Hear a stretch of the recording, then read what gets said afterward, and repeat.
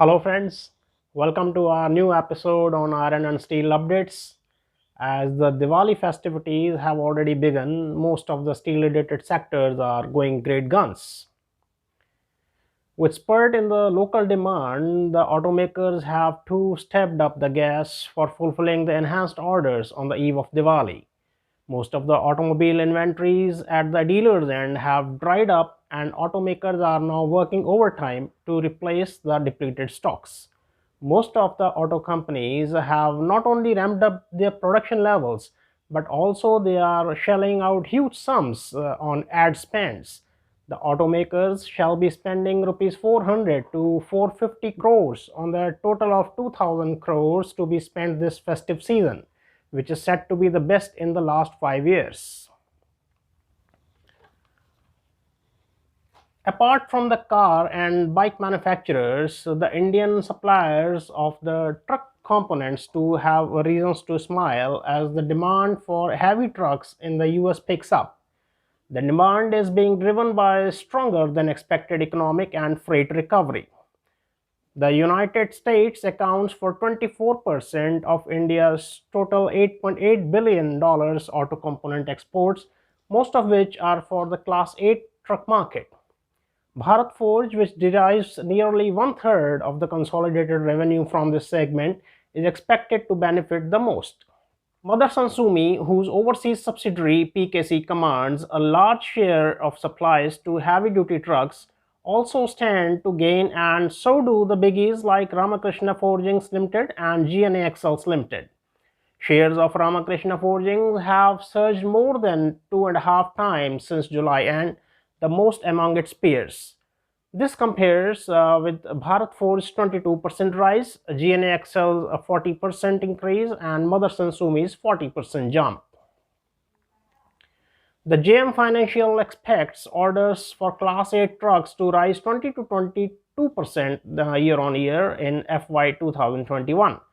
This news upcycle is likely to continue well into financial year 2023. India's faster than expected steel demand has taken the industry experts by surprise. As per the Sheshagiri Rao, the joint managing director at JSW Steel, there has been a dramatic improvement and things are looking much better than what the industry has anticipated. In an interview, he said that the exports which came handy in lifting the steel industry during the lockdown period are now moderating as the local demand improves. The good thing is that the local demand is not only coming from urban pockets but from the rural sectors as well. In another development, JSW Steel, through its wholly owned subsidiary, has infused rupees 1,550 crores to complete the acquisition of Asian color-coated Ispat on receipt of the written order of NCLT. JSW Steel Color Products has infused rupees 1,550 crores into its subsidiary Hassaud Steel Limited through a mix of equity and quasi-equity instruments as per the resolution plan. HSL in turn has paid rupees 1,477 crores to certain financial creditors of Asian Color Coated towards assignment of its loan. Another rupees 73 crores was extended as loan to Asian Color Coated for onward payments to the operational creditors, workmen, and other financial creditors.